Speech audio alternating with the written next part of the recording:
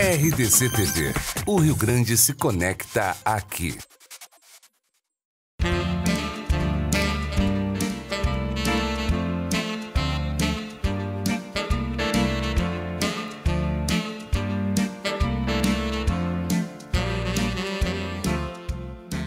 Programa Atividade chegando para mais uma edição nesta sexta-feira, dia 30 de novembro de 2018. A gente é o novembro dando um adeus, porque amanhã nós estamos em dezembro, mês 12. Estamos nos encaminhando para o Jingle Bell.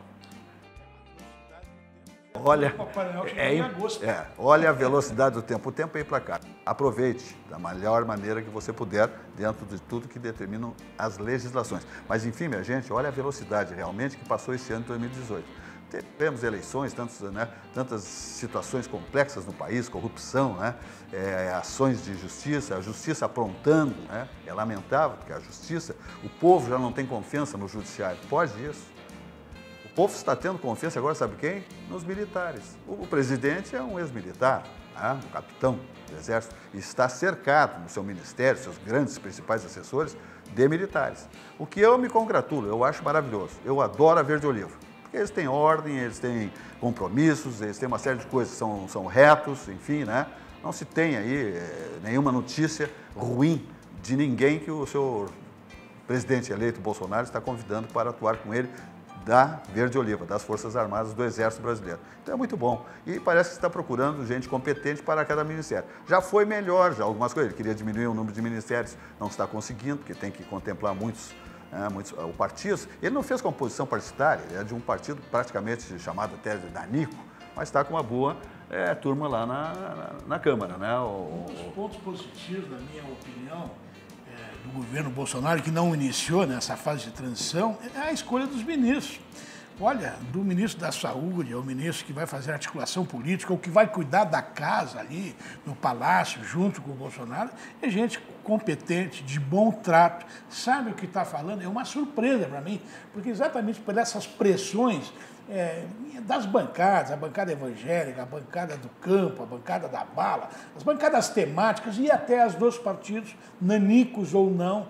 Veja que o PMDB, que é um partido que sempre adorou o poder, aliás, ele é o sucedâneo do PFL. Lembra do PFL? Na Nova República, o Sarney saiu lá do PSD para fechar junto com o Tancredo, o PFL, sempre ficou em todos os governos até ser extinto, e hoje é o DEM. E o PMDB está seguindo a mesma trilha, quer dizer, já conseguiu colocar o secretário executivo da Saúde, que é o Dr. Gabardo, que foi secretário da Saúde aqui no Rio Grande, e mais o Osmar Tec, que é deputado federal, que vai ser ministro aí da área social. Aí.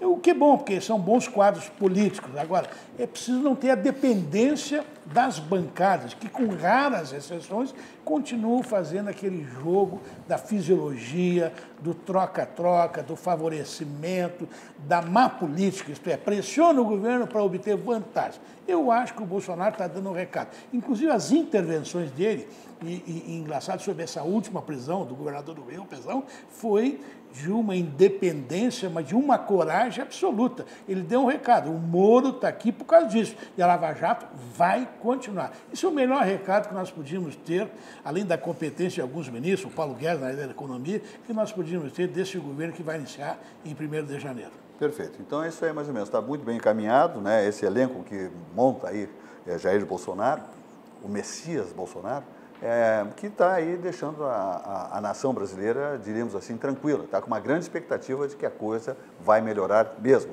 A proposta do Jair Bolsonaro é que corrupção com ele não tem vez. Não cola nele, ele é anticorrupção realmente. E está estabelecendo um elenco lá que parece que também detesta esse tipo de comportamento. Professor Mancini.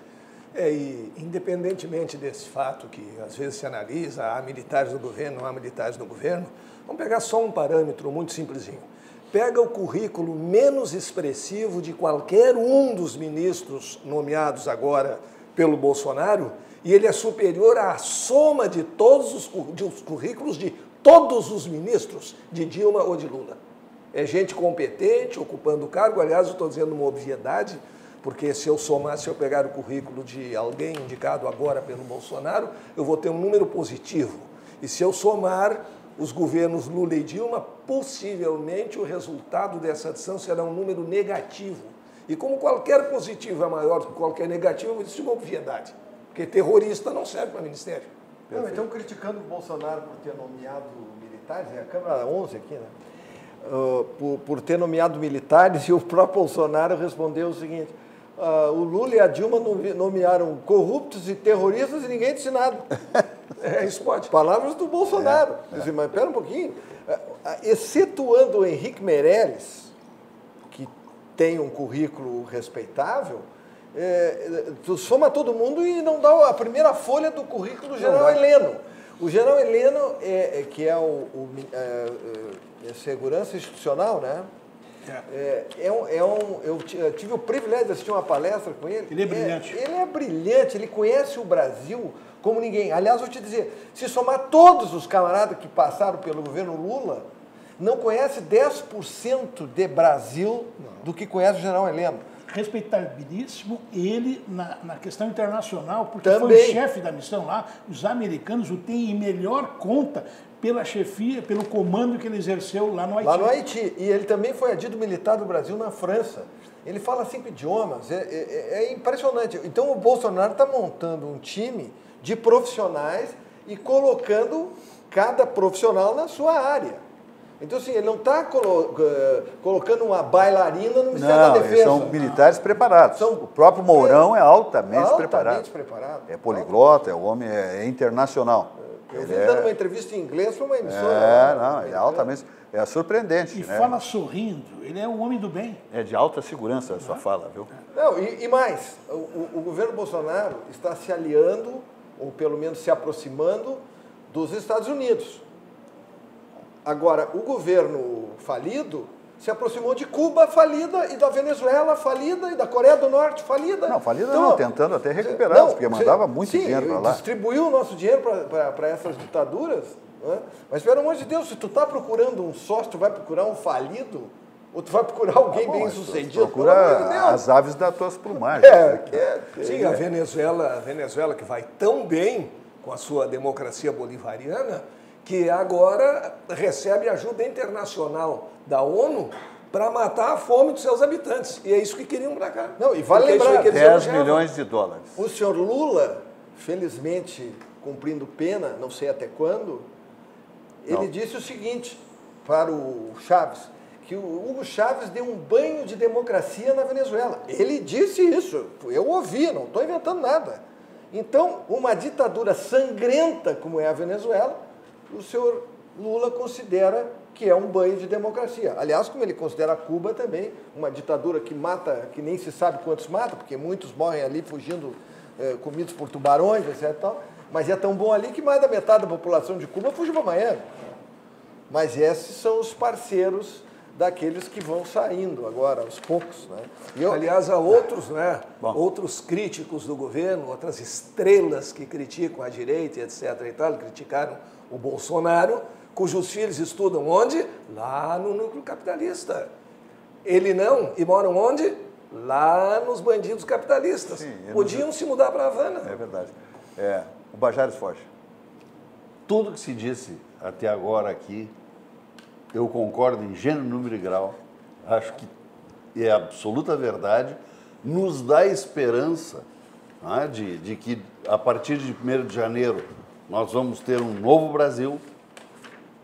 Agora, o que me preocupa, e não se falou ainda, é que nós temos 30 dias pela frente e o que nós estamos presenciando nesse final de governo é terrível. A começar pelo Supremo Tribunal Federal. Não é? Aí nós vamos para o Congresso, com essa legislatura que está aí ainda. E não se renovou, não é? Só vai se renovar no ano que vem. Então, realmente é preocupante essa situação, o que nos aguarda aí nesses 30 dias. Vocês concordam? São longos 30 dias. Serão longos 30 dias. Né? Mas o Bajara toca num ponto que é importante e certamente está fazendo menção ao julgamento que ontem aconteceu, que não está encerrado no Supremo. O fato é o seguinte, eu assisti boa parte da sessão de ontem, antes de ter sido suspensa, com as vistas duplas. Foi a primeira vez que uma questão de ordem foi pedida, vistas pelo presidente, que é o Toffoli. Nitidamente ali na minha... Dupla visão, é a vista dupla, está com problema na visão. Né? Em homenagem à dupla reprovação dele. O Celso de Mello, que é o nosso decano lá na Suprema Corte, é um homem sério, correto. Ele pode, como qualquer pessoa, ter os seus equívocos. O fato dele ter votado pela segurança constitucional de que é atribuição exclusiva do presidente o atributo, né, do indulto presidencial, aliás, nas últimas eleições eu disse que eu ia apresentar um projeto terminando, foi o único projeto que foi mencionado, né, no Brasil inteiro por parte de senadores ou de qualquer outro candidato a deputado, que era terminar uma PEC terminando com o indulto presidencial. Porque eu dizia, inclusive nas minhas explicações, olha, depois de um trabalho exaustivo da Polícia Civil, Federal, Ministério Público, do Judiciário, que manda prender, que manda a execução da pena, etc., etc., dos gastos públicos em volta, depois vem o presidente da República e dá um indulto liberando. Quer dizer, não pode, isso não pode acontecer. Mesmo que ela tenha lá um teor de que seja humanitário, alguém que está sofrendo, que está doente, etc., está escrito na Constituição. Na minha visão, os dois lados têm razão. O Barroso, quando elencou, numa explicação de voto espetacular, ele teve uma visão política. Ele atendeu o reclamo da rua, do povo brasileiro, que na recente eleição agora demonstrou chega de impunidade, chega de roubalheira, chega da mesmice política, da falcatrua, do jogo mentiroso, falso, de se lucupletar com o dinheiro público, onde fracassaram nas suas profissões foram para o serviço público, como deputados, como prefeitos, como... Veja o governador Pezão, o cara continua com toda a Lava Jato, roubando, ganhando mesário, e mais do que isso, até com 13º. Um ladrão. Então, o que fez lá ontem o Supremo, na minha visão? Duas visões. Uma, política, que o Barroso colocou brilhantemente. E a outra, que não deixa de ter razão, mesmo que a motivação, por exemplo, do Lewandowski, do Toffoli, seja menor. Menor que eu quero dizer porque é ideológica, porque ela é viciada por companheirismo e compadrio. Mas o Celso de Mello não. Inclusive, ele colocou no seu voto: não se aceita a vinculação absolutamente injuriosa de quem está votando pela exclusividade do presidente da República dar o indulto com má-fé, maledicência. Isso ele considerou injurioso o comentário. E ele está correto. Na minha visão, tomara que um se ausente e ganhe, né, aquela tese que diz o seguinte: 6-5 pela não execução agora, por parte do presidente, deste indulto que corre o risco de soltar lá a pessoas condenadas pela Lava Jato. Mário, mas nós não podemos esquecer, só um detalhezinho, nós não podemos esquecer que este ano há um novo indulto, não é? Sim, ele pode editar um novo indulto, ele pode editar. Se não for cassado esse, ele vai. Não. É isso que está se tratando. O ano passado não tem mais. Joacir Casagrande Paulo.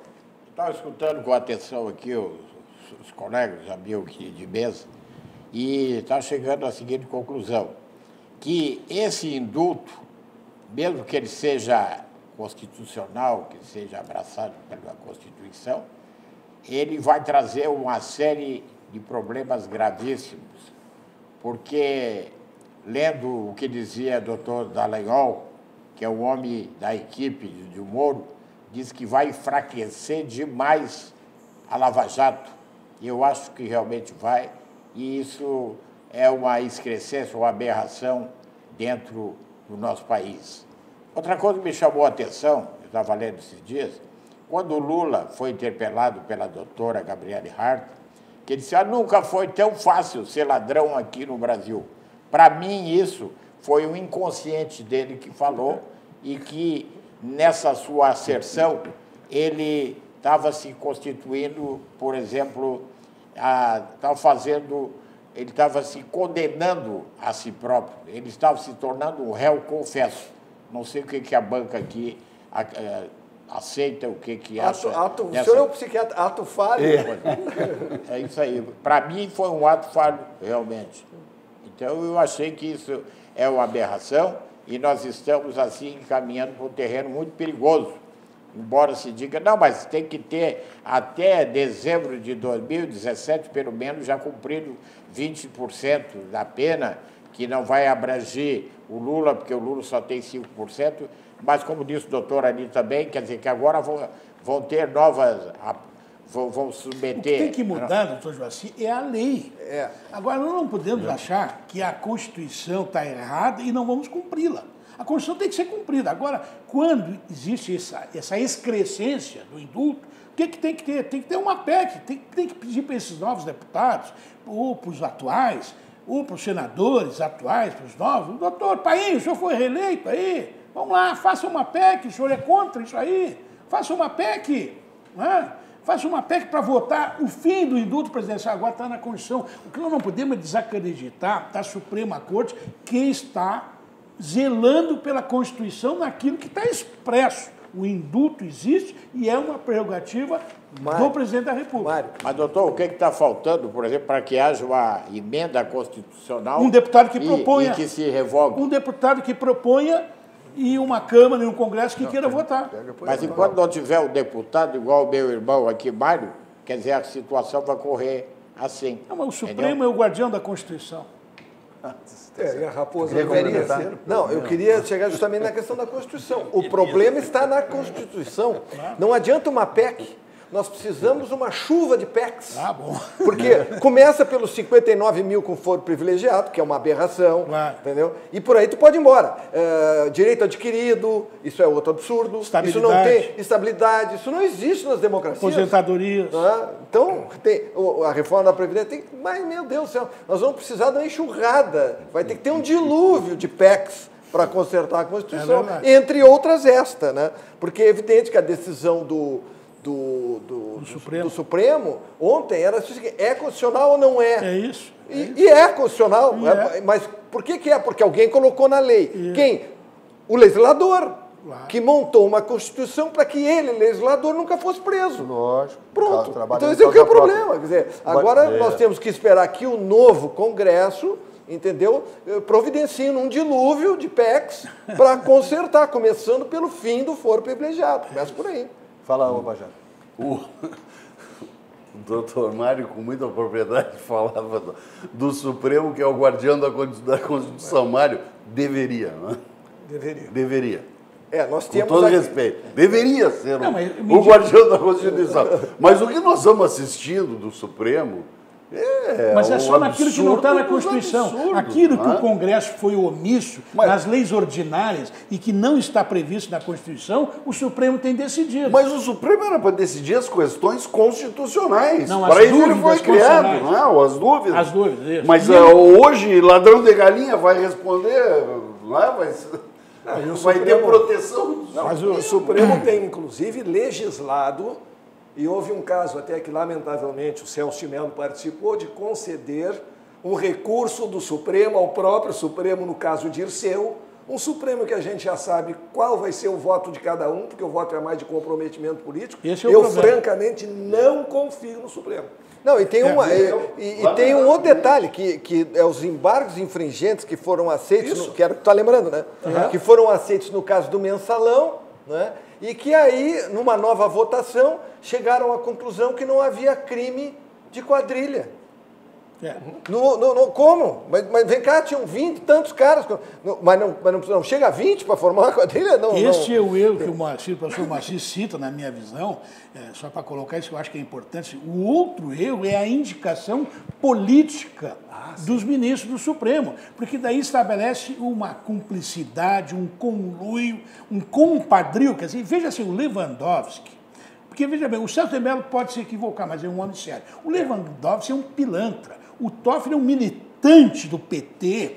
Sempre o que fez na sua vida foi militar na causa do PT. O Gilmar Mendes é um safado. É um homem que pode ter conhecimento jurídico a serviço do mal e a serviço do seu bolso. Quer dizer, isso é uma excrescência. Mas foram indicados pelo presidente da República, o próprio Marco Aurélio. Então, esse é o equívoco, mas não a Suprema Corte quando ela decide em relação a assuntos constitucionais, que estão lá escritos expressamente na nossa Constituição. Perfeito. Vamos adiante, falando que Cindy Lojas Porto Alegre faz um varejo mais forte. Cindy Lojas Porto Alegre, quem tem loja tem a gente. Alô, lojista, se você não é associado ao Cindy Lojas Porto Alegre, equívoco total. Ele dá tudo de bom, todo o suporte para você prosperar cada vez mais no seu negócio. Cindy Lojas Porto Alegre, quem tem loja tem a gente. Pugina.org. Se você quer formação em formação política, acesse pugina.org, que são comentários e opiniões altamente intelectualizados, todos comandados por Percival Pugina, grande escritor, que pertence à Academia Rio Grandense de Letras,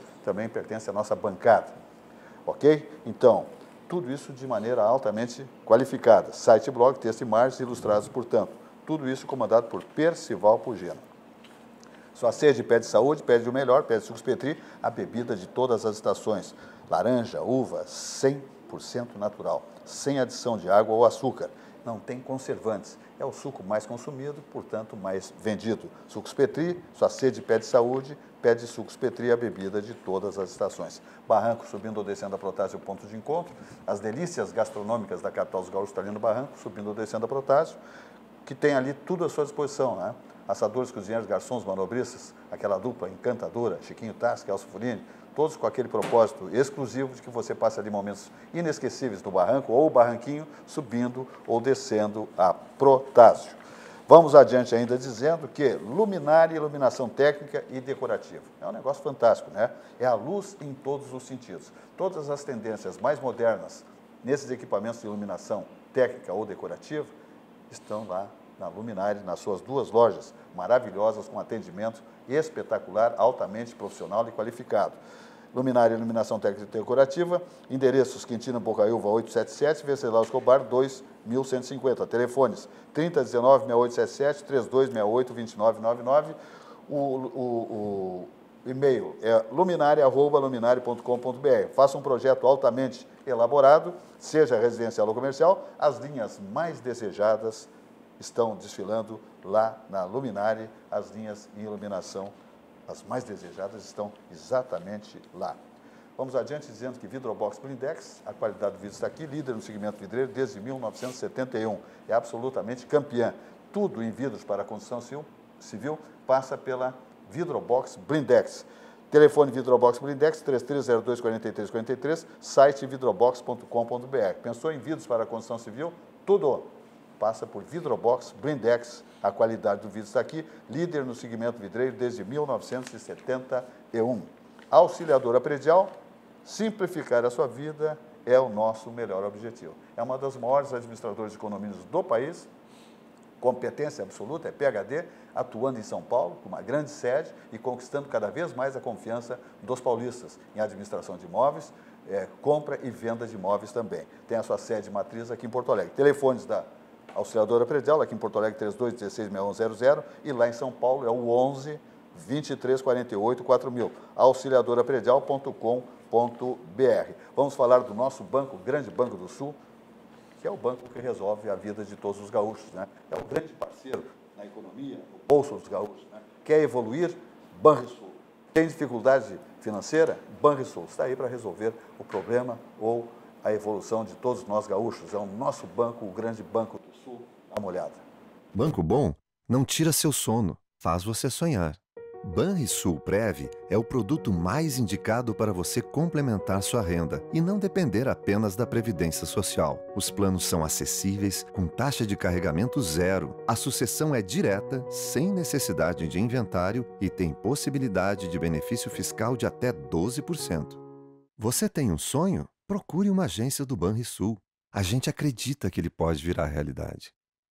Então, voltamos aqui na atividade, então, ou estamos, como diz Soares, na atividade, né? Que há quase 26 anos está no ar, sempre ao vivo. É um espetáculo. Estamos aí nessa grade maravilhosa da nossa RDC TV, que o Rio Grande se conecta aqui, e fizemos parte dessa grade, eclética, né? Que atende a expectativa dos nossos telespectadores, que cada dia ficam mais fidelizados com a nossa emissora. Nós atuamos em praticamente todo o território gaúcho, numa imagem espetacular, especialmente pela net. Estamos também ao vivo 24 horas no YouTube, que é RDC TV Digital. Estamos no Facebook e no Instagram. RDC TV, o Rio Grande se conecta aqui. Fala, Joaci Casagrande Paulo. Falando em 26 anos no ar, é um motivo de orgulho a gente pertencer a um programa dessa natureza, diariamente, e líder audiência do horário. Eu queria dizer para vocês o seguinte, que o nosso país, que ocupa o sétimo ou oitavo lugar dentro do cenário nacional, e nós que temos uma extensão territorial imensa, onde na superfície o que se plantar dá, e no subsolo nós temos riqueza, nós temos petróleo, temos ouro, temos ferro, manganês, nós temos tudo. Agora mais o nióbio, esse que eu nunca tinha visto falar, mas que é um mineral de alta valia. Como é que nós estamos nessa situação assim, tão difícil como se encontramos hoje? O que ocorre é o seguinte, é que os nossos políticos, eles não têm, por exemplo, um comprometimento moral que deveriam ter. Porque eu penso o seguinte, o Estado brasileiro, ele sozinho não é nada. O que ocorre no Estado é o seguinte, que é o somatório das pessoas e que constitui esse Estado. E se nós tivéssemos, não é porque está aqui do meu lado, o doutor Mário, que eu tenho uma confiança tremenda nele, tivéssemos, assim, políticos dessa envergadura, nós não estaríamos nessa situação tão difícil. Porque o que ocorre? Por exemplo, os políticos, eles são pagos pelo povo. Eles recebem um salário para viver uma vida com dignidade. E eles preferem o quê? Viver a vida com indignidade. Como? Através de propinas, de roubos, de organização criminosas, de todas essas situações que você já conhece demais. Então, é isso que faz com que nós estejamos atualmente nessa situação tão difícil, mas tudo em função do nosso povo. Porque, em última análise, o que ocorre? Por exemplo, esses políticos, eles, ao invés de se preocupar com o povo, com as pessoas carentes, eles não se preocupam. Então, eles querem se locupletar.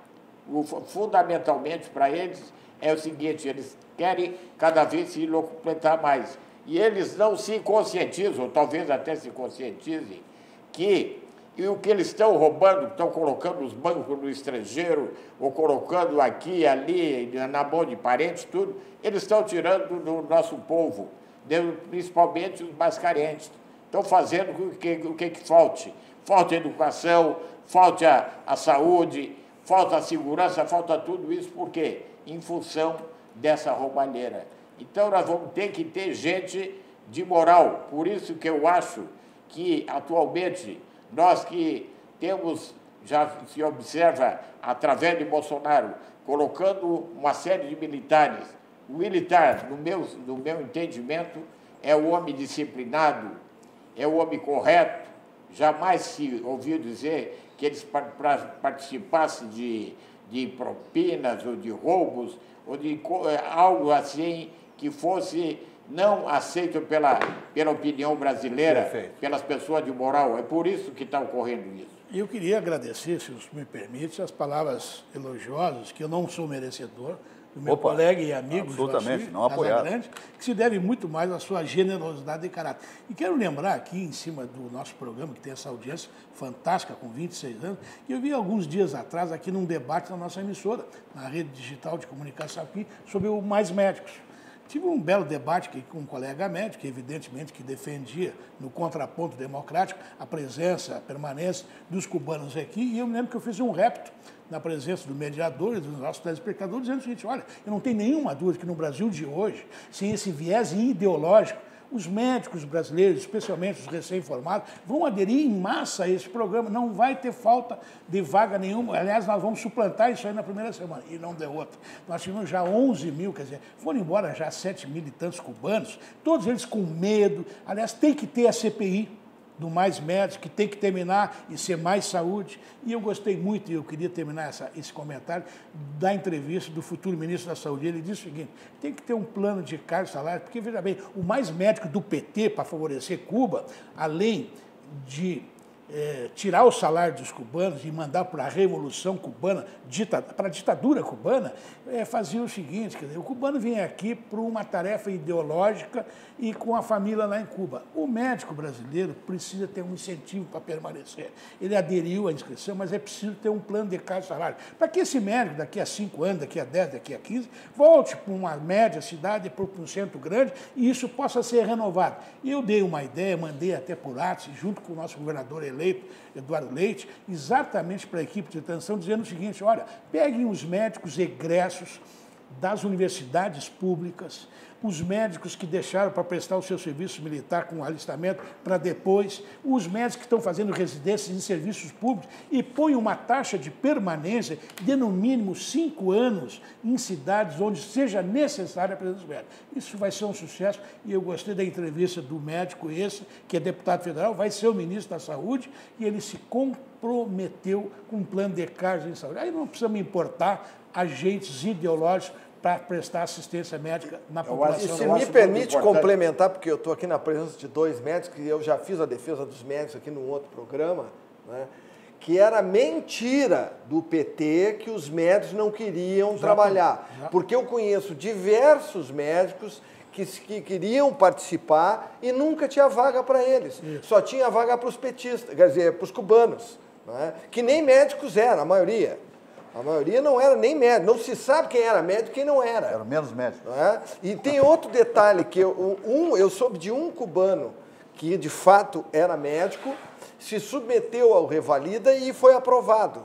Foi aprovado e resolveu pedir asilo no Brasil. A mãe dele foi perseguida lá em Cuba, porque os cubanos vinham para cá e as famílias ficavam lá como reféns. Quer dizer, além deles serem escravos, porque o dinheiro não ia para eles, ia para Cuba, para sustentar a ditadura, né, ainda tinha essa garantia lá em Cuba. Se eles resolvessem pedir asilo aqui, a família sofria sanção lá. Exatamente. Doutor, o senhor tem razão. E tem mais outra coisa. Um dos médicos cubanos, médico entre aspas, que depois que a Cuba mandou chamá-los lá para Havana, o que ele fez? Ele casou com uma brasileira e, assim mesmo, ele foi trabalhar de auxiliar de servente de pedreiro. Você vê que gabarito, que condição de medicina estava incutida nesse senhor. O que ocorre também é o seguinte, a ideia aqui do Dr. Mário é muito importante, porque eu acho muito inteligente, aliás, é a característica dele.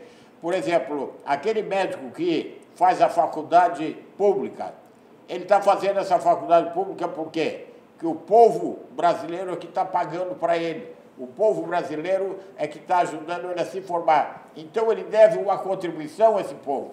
Ele deveria, pelo menos depois de formado, trabalhar 2 ou 3 anos nesses locais de difícil acesso, tudo, para pelo menos agradecer o povo brasileiro e aquelas pessoas mais carentes, agradecer por tudo que fizeram ajudando a formar médicos. Isso seria para todas as atividades, né, de curso superior, não seria só para os médicos. Se tivesse que pagar, contribuir com a nação, porque fizeram um curso graciosamente, né, numa universidade pública, então serviria para jornalista, arquiteto, advogado e etc. Está certo. Eu acho que todos. Muito bem, vamos adiante, dizendo que Cindy Lojas Porto Alegre faz um varejo mais forte. Cindy Lojas Porto Alegre, quem tem loja, tem a gente. Vamos adiante dizendo que Cobasi, com 33 anos de liderança no varejo pet, a Cobasi é pioneira no conceito de shoppings para animais no Brasil. Tem 70 lojas em todo o país. Sabe o que é isso? 11 mil metros na sua sede em São Paulo. 11 mil metros. É linda a loja, vale a pena. E nós temos 4 aqui no Rio Grande do Sul. Uma no Barra Shopping Sul, outra no Praia de Belas, outra no Iguatemi e outra no Shopping Canoas. Lojas lindas que vale a pena só conhecer e levar a garotada, porque é encantador. Ele sai de lá encantado, as crianças, com os gatinhos, cachorrinhos, pássaros, peixes, etc. Tal, tudo de lindo. Tem até floricultura nas lojas da Cobasi. É uma excelente opção de lazer para toda a família. Venha para a Cobasi e viva essa experiência. Cobasi, o shopping do seu animal. Minha gente, hoje é sexta, né? Tem muita gente já indo para a praia, arejar a casa, aquela balaca toda, dar uma pinturinha, uma coisa ou outra, um verniz na casa, aquela balaca, limpar bem a piscina, né? A jardinar, porque está chegando a hora. Estamos ingressando no dezembro, então o pessoal já está fazendo praia. aí chega a hora exatamente de fazer um bom rancho de coisas que já tem que ficar por lá. Não vai no supermercado da praia, pelo amor de Deus. Leva um castigo federal. Vai com a bagulhada, suas compras, o seu rancho, tudo daqui, e não vai te meter em supermercado lá, que vai pagar caro, pegar produto de segunda linha e pegar uma tranqueira incrível. Então, Zafari, Grupo Zafari, o melhor supermercado, melhor preço, melhor atendimento, melhor produto, tudo de bom. Cartões Zafari, não abra mão disso aí. Os melhores preços, parcelamento, né? Milhas aéreas, tudo de bom. Oferece uma barbaridade de vantagens os cartões Zafari, do Grupo Zafari, Supermercado Zafari, Zafari Bourbon, Hiper Zafari. Dá uma olhada.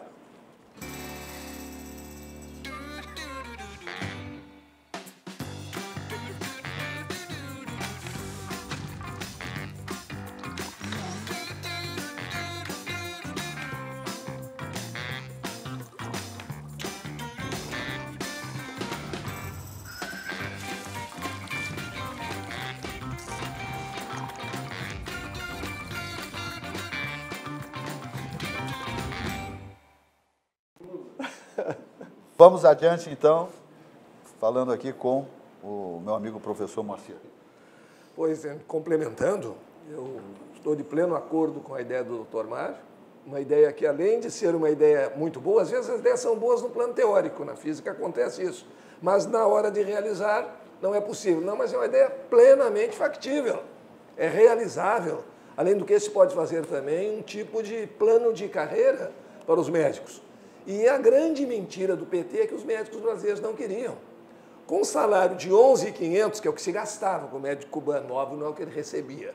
Com salário de 11.500 e todas as benesses da prefeitura local, olha, dificilmente um médico em início de carreira iria deixar de aceitar uma oportunidade desse tipo. Mas era diferente, e sempre esses paradoxos da esquerda, não é? O PT, que grita tanto contra o trabalho escravo, promoveu o trabalho escravo dos médicos cubanos. E um trabalho escravo com requinte de crueldade, com família refém, lá naquele paraíso, para onde as Marias do Terço da vida deveriam se mudar. Escravidão. E é exatamente, nós estamos vendo, aliás, uma época de paradoxo, só abrindo um outro parênteses. Um outro paradoxo que nós estamos vendo agora é que a Copa Libertadores da América vai ser disputada no país que escravizou a América. Mais uma. A América Latina é de paradoxo. Mas sabe, nessa questão aí das universidades públicas, aquele que foi beneficiado deveria dar sua contribuição e prestar um serviço. Nos Estados Unidos, quem pode pagar, paga, inclusive na universidade pública. Claro. Quer dizer, eu tenho dois casos, sim, que exemplificam. Eu tenho dois amigos nos Estados Unidos. Os dois têm filhas que são gênios. Um é classe média, não tinha recurso para pagar a faculdade. Como a filha era gênio, ganhou uma bolsa de estudos e fez toda a faculdade, não financiada pelo Estado, mas financiada por empresas, fundos, fundações que pagam a faculdade. E o outro, que a filha também é gênio, mas como ele é muito rico, ele tem que pagar até o último centavo na mesma faculdade. Então, se quem pode pagar, paga. Justamente para que aquele que não pode, faça. Agora, aqui no Brasil, não. Você vai ver, quem pode pagar cursinho, professor particular, não sei o que, está na universidade pública. Protestando. E ainda protestando. Muito bem, fala, Ubajara. E aí se criam as cotas. Se criou um sentimento de culpa. Essa semana se teve uma notícia que eu achei fantástica. Em termos de cultura, o nosso presidente eleito, Jair Messias Bolsonaro, recebendo na garagem da sua casa um secretário de segurança americano. Essa foi fantástica. Tomando café numa caneca, as caixinhas de leite do lado ali, mandou baixar um bolo de milho. Eu achei fantástico. Ele é extremamente simples, né? Tu viu quando ele vai ao barbeiro? Ele não vai, ele não vai à cabeleireira, ele vai à barbeira. Ele vai à barbeira. Isso aí me lembrou, sabe o quê, José? A gente que tem viajado com frequência para lá em função da família. Meus filhos estudaram no Farroupilha, aqui em Porto Alegre. E aí eu lembro que para a gente ter contato, ou quando se precisava falar com o diretor do colégio, com alguém, o diretor do colégio estava lá na sala dele, né, porta fechada, sem acesso. Agora, nos Estados Unidos, eu ia levar meus netos para o colégio de manhã, ia buscar no final da aula para estar com eles, né? Aí me chamou a atenção um cidadão de cabelo branco já, com um colete desses fosforescente, não sei como é que chama, controlando o trânsito ali, os carros chegando, né, para deixar os alunos, e ele vem por aqui, vai por essa fila e tal ali. Aquilo ali, um dia, 2 dias, me chamou a atenção, aquele cidadão, porque ele sempre engravatado, só com esse colete por cima, mas de gravata, e ele comandando o trânsito. Aí eu perguntei para a minha neta, né, quem era o... Não, pai, esse é o diretor da escola. O diretor da escola ia comandar o trânsito lá às 7h30 da manhã, na chegada dos alunos. E outra, melhor ainda dele, que eu assisti, aí um dia eu vou buscar as crianças no colégio, no fim da aula. Estava ele no portão, e cada criança que saía, ele dava a mão, cumprimentava. Quer dizer, olha a diferença de cultura, né? E das pessoas que não ficam do alto do seu pedestal, né?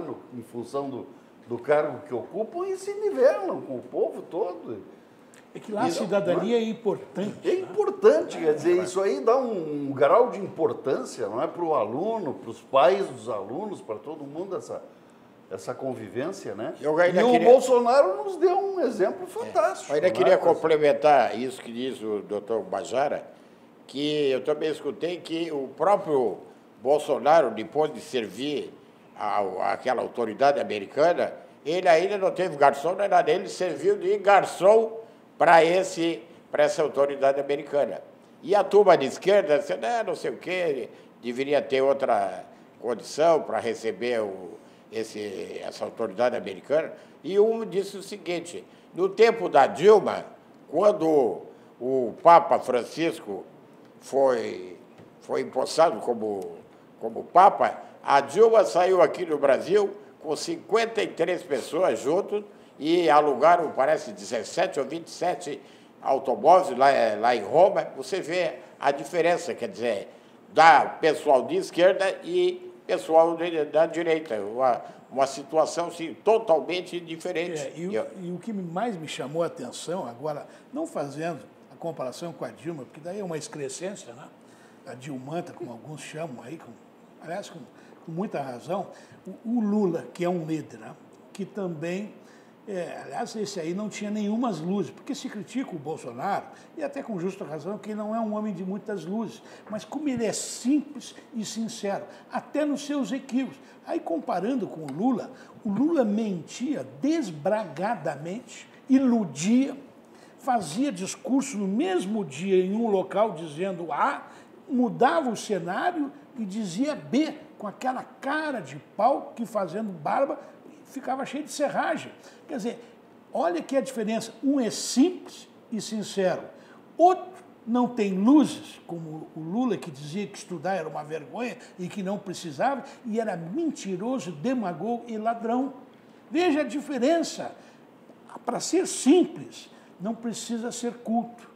Para ser educado e sincero, não precisa ser vigarista, é ao contrário. E isto, na minha opinião, é que levou o Bolsonaro a ganhar a eleição. Ele, até nos seus equívocos, falava com sinceridade. Isto mostra aqueles falsos dilemas que a esquerda sempre tem que vender, né? Como se nós tivéssemos sempre que escolher há 2 qualidades e 2 defeitos. É impossível ter as 2 qualidades. Tem que ter uma qualidade e um defeito. E o cinismo que eles sempre utilizaram, né? Lula com um banheiro especial no avião, um avião comum da presidência. Eles gostam do luxo, né? E criticam aqueles que, por mérito próprio, conquistam um padrão de vida bom. É o que eles fazem. E o cinismo é uma coisa assim extraordinária. A Dilma vai lá para Roma, se hospeda no hotel mais caro. O Lula traz quantos algodões, lençóis de algodão lá do Egito. Ele vivendo assim, nababescamente e com uma falsidade terrível. Porque o que a Dilma, marxista, vai fazer na eleição do Papa? Se ela é marxista, ela deve ter lido, talvez com alguma dificuldade, algumas páginas do Capital, que, aliás, é um livro altamente soporífero, é um dos mais fracos dos filósofos, tratou de um assunto só, Mas ali está claríssimo que a religião é o ópio do povo. Não lembro. O marxismo é materialista, é ateu por definição. Aí nós temos o Poste comungando, Dona Manuela comungando. Isso sim é falsidade. Isso é um deboche em relação às pessoas que têm fé. Estranhamente, essa mesma criatura que vai lá comungar apoia movimentos que, na visita do Papa ao país, chutaram crucifixos na rua, quebraram a imagem de Nossa Senhora, entram nuas na igreja, defecam no passeio em frente da igreja. Isso tudo foi apoiado por pessoas que depois comungaram. Naturalmente que aproveitando uma nova legislação da igreja, que é possível comungar sem se confessar, porque se confessasse, nenhum padre aguentaria. Mas agora, você questionava, hein, professor, inclusive você questionava o padre, o sacerdote, né, de ter dado comunhão para essa criatura? Não é possível. Mas depois eu vim a saber, estudando a matéria, o sacerdote não pode negar a comunhão. Não. Mas, Zé, por exemplo, eu queria trazer uma contribuição para os senhores, para ver... De quanto? Uma contribuição... uma contribuição, trazer uma mensagem aqui. Faz o cheque aí. Para vocês verem o seguinte... Falando em religião, tem o dízimo. Como essas pessoas de esquerda, como é que eles reagem? Eu fiquei impactado.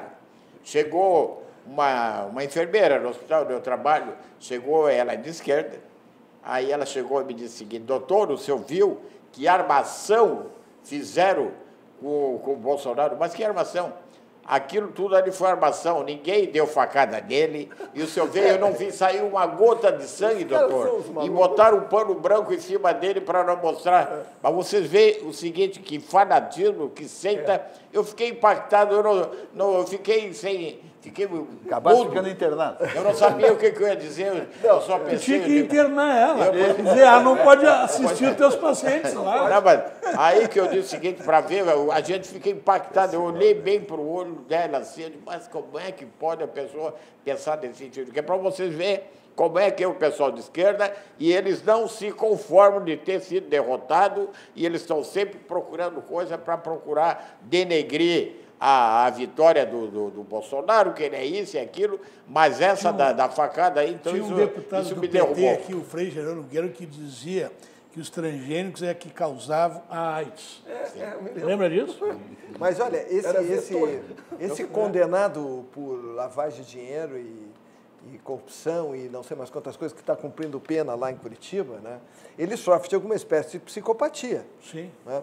E ele foi o único no mundo que se abraçou e defendeu o Mohamed Ahmadinejad, como era o nome Ahmadinejad, o Ahmadinejad.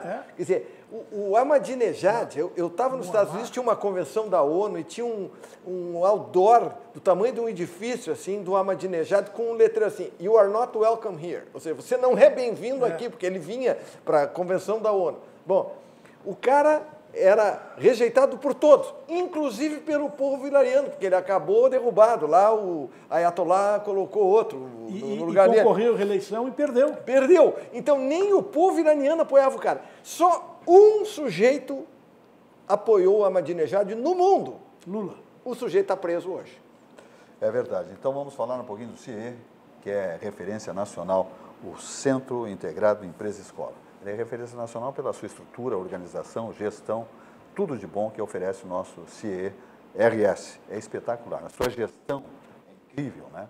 E produz maravilhas para os jovens. Esses jovens que estão sempre sedentos por oportunidades. O CIE do Rio Grande do Sul oferece um mundo de oportunidades para você mudar sua vida. Alô, estagiários que querem saber suas tendências futuras, né, nas atividades profissionais, cursos superiores, etc. e tal, passa por um grande estágio, né, promovido pelo CIE. O CIE presta um papel importante para o desenvolvimento dos jovens que estão sempre sedentos por ou de oportunidades. Dá uma olhadinha. Talvez você não saiba, mas o CIE faz parte da vida de muitas pessoas e tem muito a ver com a sua vida. O Centro de Integração Empresa-Escola do Rio Grande do Sul faz mais que encaminhar jovens para oportunidades de estágio e aprendizagem. Há mais de 4 décadas, abre caminhos, orienta e possibilita que as pessoas possam construir uma nova história de vida. O CIE-RS faz a mediação de milhares de jovens para o acesso ao mundo do trabalho e também oferece outros serviços e programas de integração que contribuem para o desenvolvimento humano e social. Temos sempre vagas abertas para histórias com final feliz. Conheça e participe dos nossos programas e serviços. CIEE-RS, um mundo de oportunidades para você mudar sua história. Muito bem, vamos adiante então. Um telespectador aqui, doutor Joaci, perguntou se o senhor conhece Cuba. Conheço Cuba. Ele disse que acha que viajou com o senhor para lá. O senhor malha os cubanos? Ele não entende isso. O senhor não gosta de cubanos e foi a Cuba? Eu queria dizer o seguinte, eu tive em Cuba, realmente, estive junto com a minha mulher, e saí de lá decepcionadíssimo. Se o senhor quiser saber algo mais assim, eu posso dizer o seguinte, que eu me sentei numa praça, eu falo muito bem o espanhol, falo quase o português. Canta assim. também, né? Então, sentou-se na frente do meu hotel, sentou-se um cubano ali. Eu comecei a falar com ele assim, mas você fala bem o espanhol? Eu digo, eu sou brasileiro, tudo. Aí eu cheguei para ele e disse, escuta aqui, me diz uma coisa, meu irmão. Por que você não sai daqui? Ele assim, olha, eu teria vontade, mas o salário que a gente ganha é uma merrequinha. Não dá para juntar um determinado número de dinheiro, assim, para mim, por exemplo, pagar por um barco, para pagar, por exemplo, as pessoas que possam me transpor para outro local. Eu queria ir para Miami, eu queria sair daqui, mas eu não posso. Sim, até para fugir tem que pagar. Então, quer dizer que o salário dele, eles aprisionam a pessoa também no salário. Tipo esse caso dos médicos. Está aqui um exemplo claro, né? Que de 10 mil ficava 3 mil para o coitado dos médicos e 7 mil lá para o partido. Perfeito. E eles lá também, o salário deles ínfimo, porque eles não podem não podem ter certa quantia de dinheiro. E sabe o que eu perguntei para ele? Assim, qual é o seu sonho na sua vida? Eu perguntei para o cubano. Sabe o que ele me disse? O meu sonho, doutor, o senhor é doutor do seu país? Eu digo, eu sou médico. O meu sonho, doutor, é o seguinte, um dia eu tenho uma geladeira para poder botar a cerveja na geladeira no fim de semana e convidar meus amigos para confraternizar com ele. E depois eu falei com uma senhora que trabalhava também no hotel, ela disse assim, olha, eu tenho o nome de reina, que era Elizabeth, pero vivo aqui como na escrava. Isso é Cuba. É isso aí. Fala, o Bajaj. Silva, se pode falar de esportes aí? Pode. O teu treinador está ganhando aumento. Distensionar um pouquinho. Não, eu acho que nós não podemos deixar passar em Alves essa excrescência. O futebol nunca vai se moralizar na vida, com uma Comembol da vida. Depois do que fez o River Plate aqui em Porto Alegre, com o Grêmio, depois do que aprontaram em Buenos Aires, com o Boca Juniors, agora levam o jogo, a final, para a Espanha e penalizam o River Plate, depois de toda essa bagunça, com 1 milhão e pouco de reais e mais 2 jogos sem público. Quer dizer, mas o que é isso? Mas isso não vai moralizar o futebol nunca. Não é? E é a entidade máxima aí do que não deve ser muito diferente da nossa, né? Sim. Porque a nossa tem um cumprindo pena lá em Nova York. Eu nunca me lembro do nome do cara. Mas hoje eu li no jornal que uma das figuras fortes, um dos homens fortes do River Plate, talvez seja um dos mais ricos da Argentina. Aí tem muito dinheiro no meio, em função disso é que o River faz o que faz. Aqui em Porto Alegre, das nossas barbas aqui, o que fizeram?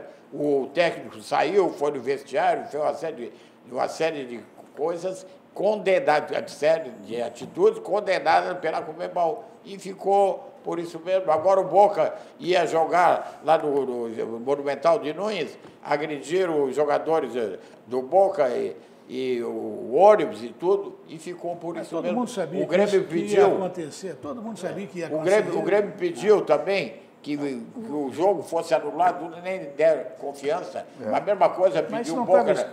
Então, o que manda ali é o seguinte, é o dinheiro e você não se surpreenda que no fim o River Plate venha a ser campeão da América. Mas eu queria falar um pouco para esse telespectador que perguntou para o doutor Joacir. Eu tive 2 vezes em Cuba. Uma, antes, quando estava lá o Império Bolchevique, a União Soviética, e outra depois, quando já era o Gorbachev com a sua perestroika. Primeiro, assim, uma consideração. O povo cubano é adorável e adora os brasileiros. Eles adoram os brasileiros, tratam bem, têm uma civilidade. Primeiro ponto, a educação. Não tem analfabeto. Segundo, saúde pública é campeão mundial. Os melhores indicadores de saúde do dito terceiro mundo, republiquetas, ilhas, tem 10 milhões de habitantes, uma ilha caribenha, excepcional. Tem doenças que estão erradicadas e ficaram erradicadas para sempre. Não é que nem no Brasil, que foi erradicado, por exemplo, o pólio e voltou o pólio. O sarampo, que está aí voltando como uma epidemia de saúde pública. Então, assim, o controle de saúde e educação é maravilhoso. O problema de Cuba é o seguinte, era uma ditadura corrupta do Fulgêncio Batista, com corrupção e que desgraçava os cubanos. A população era corrupção por jogos de cassino, por suborno, o governo era corrupto, a ditadura do Fulgêncio Batista. Aí houve um golpe de quem não era comunista, e por um desacerto da política externa americana, o Fidel caiu na mão do Nikita Khrushchev, dos comunistas soviéticos. Não era, no início não era uma revolução comunista, ao contrário, era uma revolução contra uma ditadura, e aí ficou ditadura. Então, assim, como eu disse para esse médico que teve debate comigo, o problema maior de Cuba é a falta de liberdade. Não adianta dizer que a saúde é boa, que a educação é boa. O bem maior do ser humano não é a sua saúde, não é a sua educação, é a sua liberdade. Porque sem a liberdade não existe. Tanto é, e aí tem razão o doutor Joaci, quando ele diz que os cubanos, mesmo com um nível de escolaridade excelente, mesmo com indicadores de saúde excelente, não são felizes, porque eles não têm liberdade de ir e vir, de empreender, de criar, de inovar, de criticar. Não há imprensa livre, não há crítica. Quem quer sair é preso e quem consegue fugir tem a sua família perseguida. Esse é o grande problema das ditaduras de qualquer inclinação. Mas o povo cubano é generoso e ama os brasileiros. Ô, Silva, sim, eu não queria deixar passar em óbitos também, já que tu me falou em Cuba, agora me lembrei.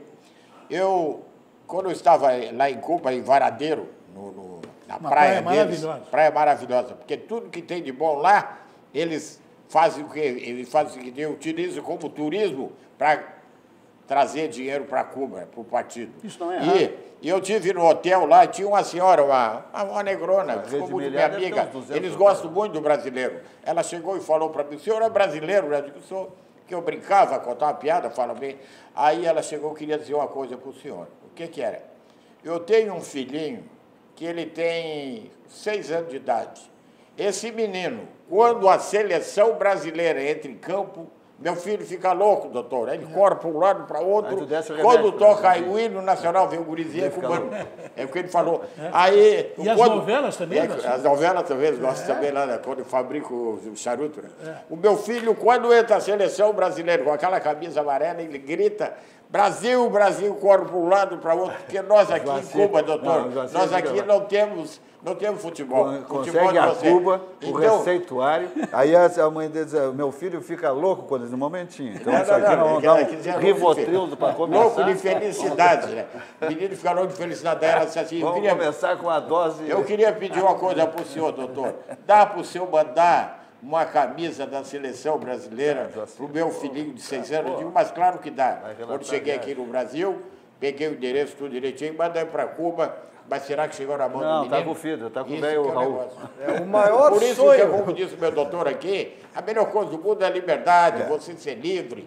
Não existe coisa melhor do mundo do que realmente você, o direito de ir e vir, você vai para onde quiser. A Aspecir Previdência, a certeza de um futuro tranquilo. Uma empresa centenária, né, minha gente? Se você não tem um plano de previdência complementar, sabe que quando der qualquer problema, estoura no seio familiar, né? A falta da vaga de trabalho, uma enfermidade, é complexo. Então, um plano de previdência complementar é indispensável. Aí surge a importância da centenária Aspecir Previdência, que é exatamente uma instituição de previdência complementar aberta, estabelecida em valores éticos como transparência e responsabilidade. Tem sede em Porto Alegre, Praça Otávio Vigório 65, telefone 3228-1999 e o site aspecir.com.br. A melhor obra, para ter a garantia do sucesso comercial, obras comerciais, em qualquer nível, desde uma fiambreria, uma padaria, até um grande magazine, um supermercado, um shopping extraordinário. uma galeteria, uma farmácia, uma joalheria, passa por Allgaier Engenharia pela sua competência absoluta, empresa que não abre mão de qualidade de obras e prazos de entrega. Ela é comandada pelo engenheiro Oscar Allgaier, né? É uma empresa também com 35 anos, líder nesse segmento no país.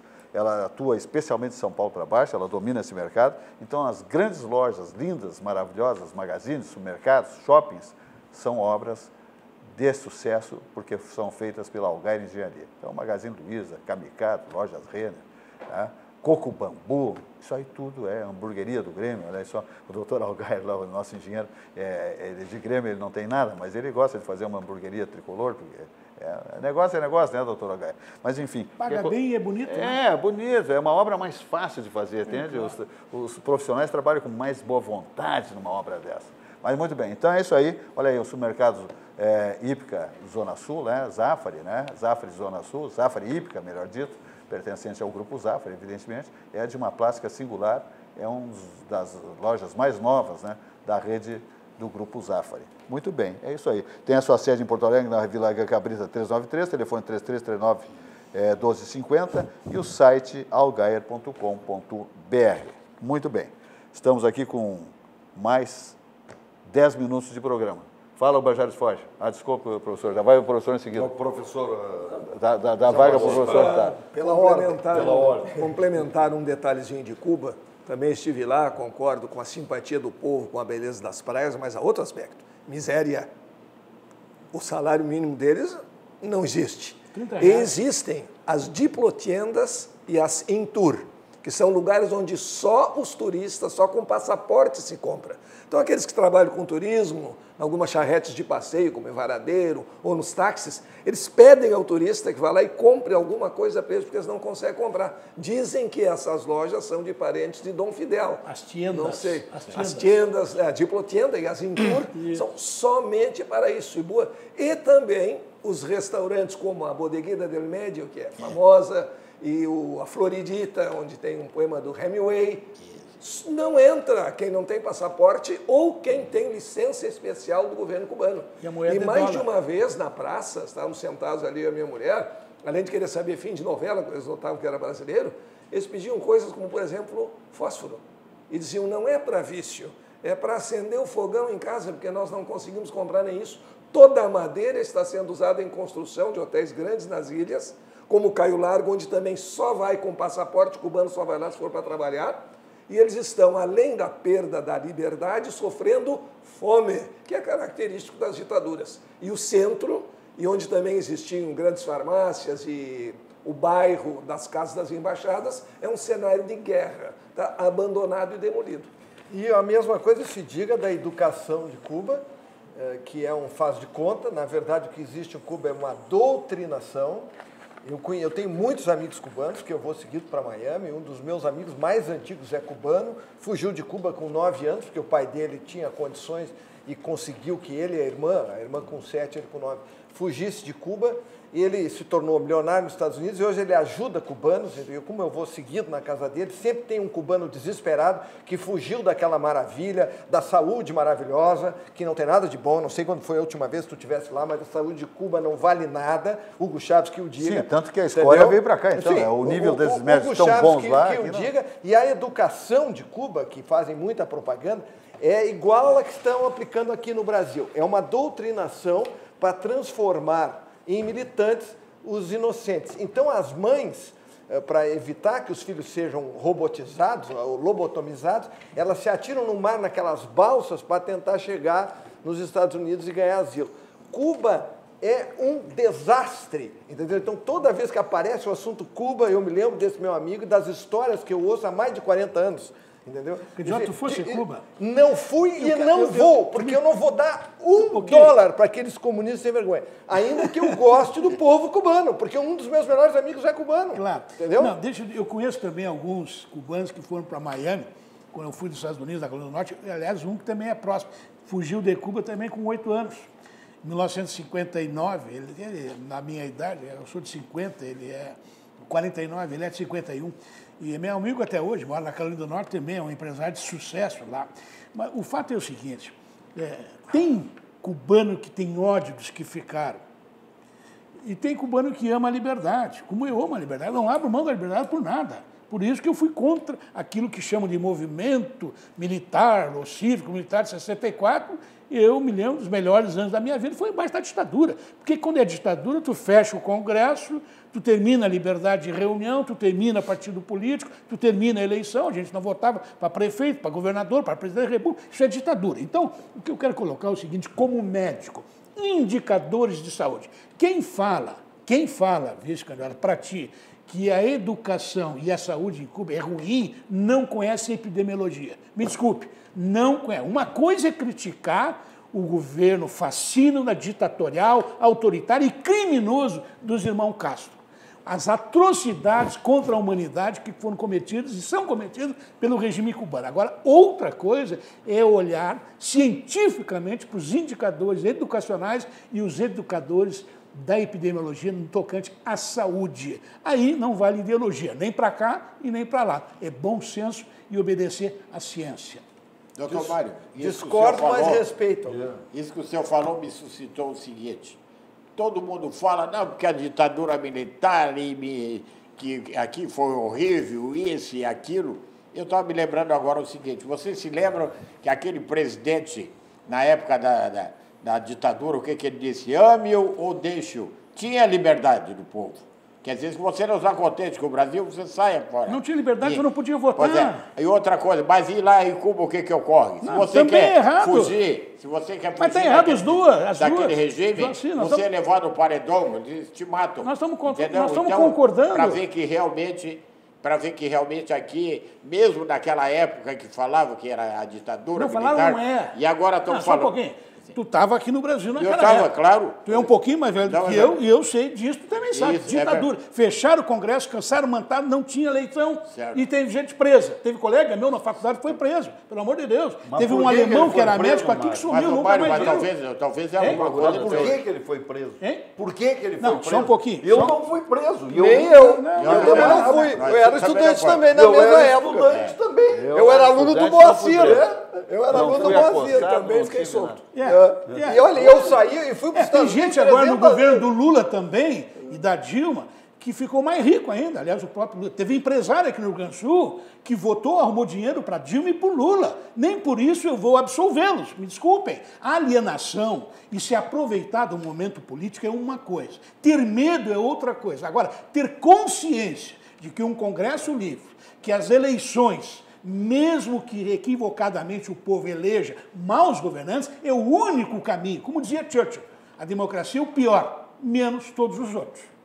Essa é a questão. Liberdade de escolha, liberdade do Congresso, dos governantes. Isso, em 64, não houve, foi abolido. Houve um golpe militar. E esse que tu citasse aí, o Médici, que tem familiares, amigos meus ainda em Bagé, ame ou deixe, foi um dos ditadores mais sanguinários que houve. Mandou prender e torturar. Eu queria dizer o seguinte, é que nem todos os militares, por exemplo, tu tem as tuas exceções, eu respeito, mas agora, não, porque agora o Bolsonaro está botando muitos militares. Não, eu sou a favor. Eu sou a favor, porque tem muita gente boa, tem homens de alta técnica. Não discrimina o militar. Tem altos técnicos. A questão não é os militares, Joacir, a questão foi o regime de exceção.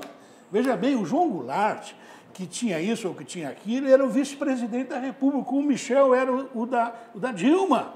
Aí o Jânio renunciou, o que manda a Constituição? Está lá o livrinho, assume o vice.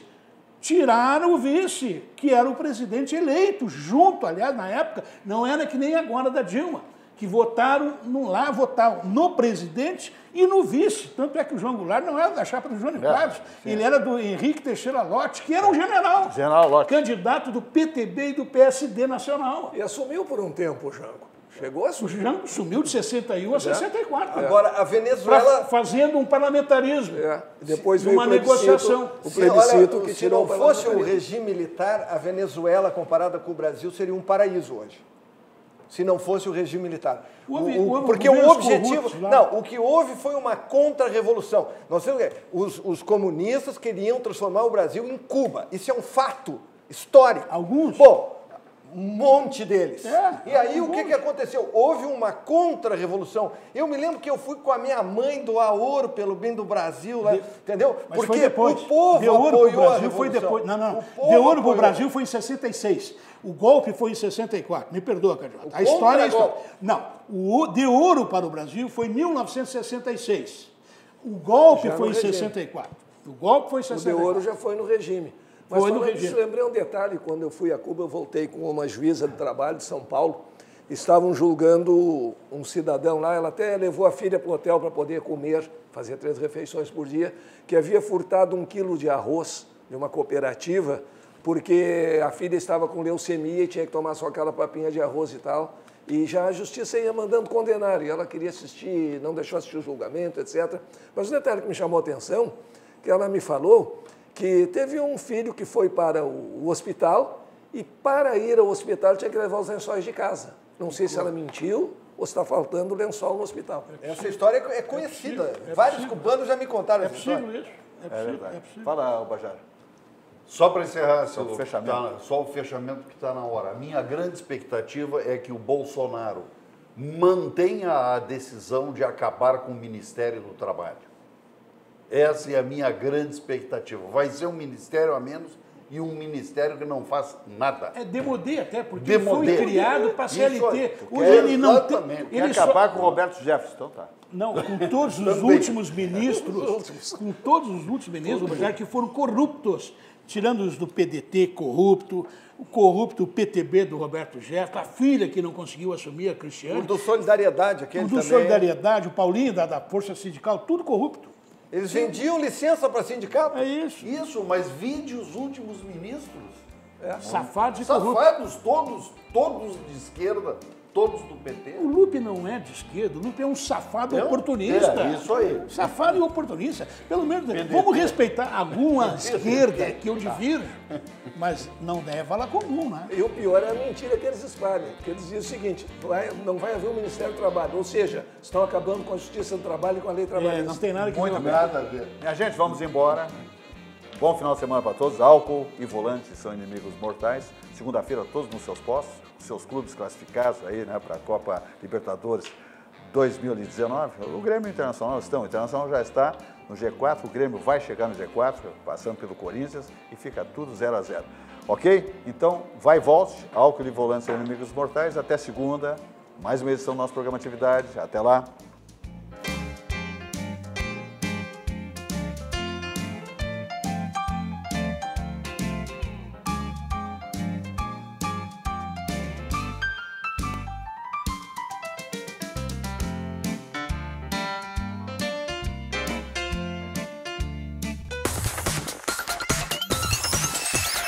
RDC TV. O Rio Grande se conecta aqui.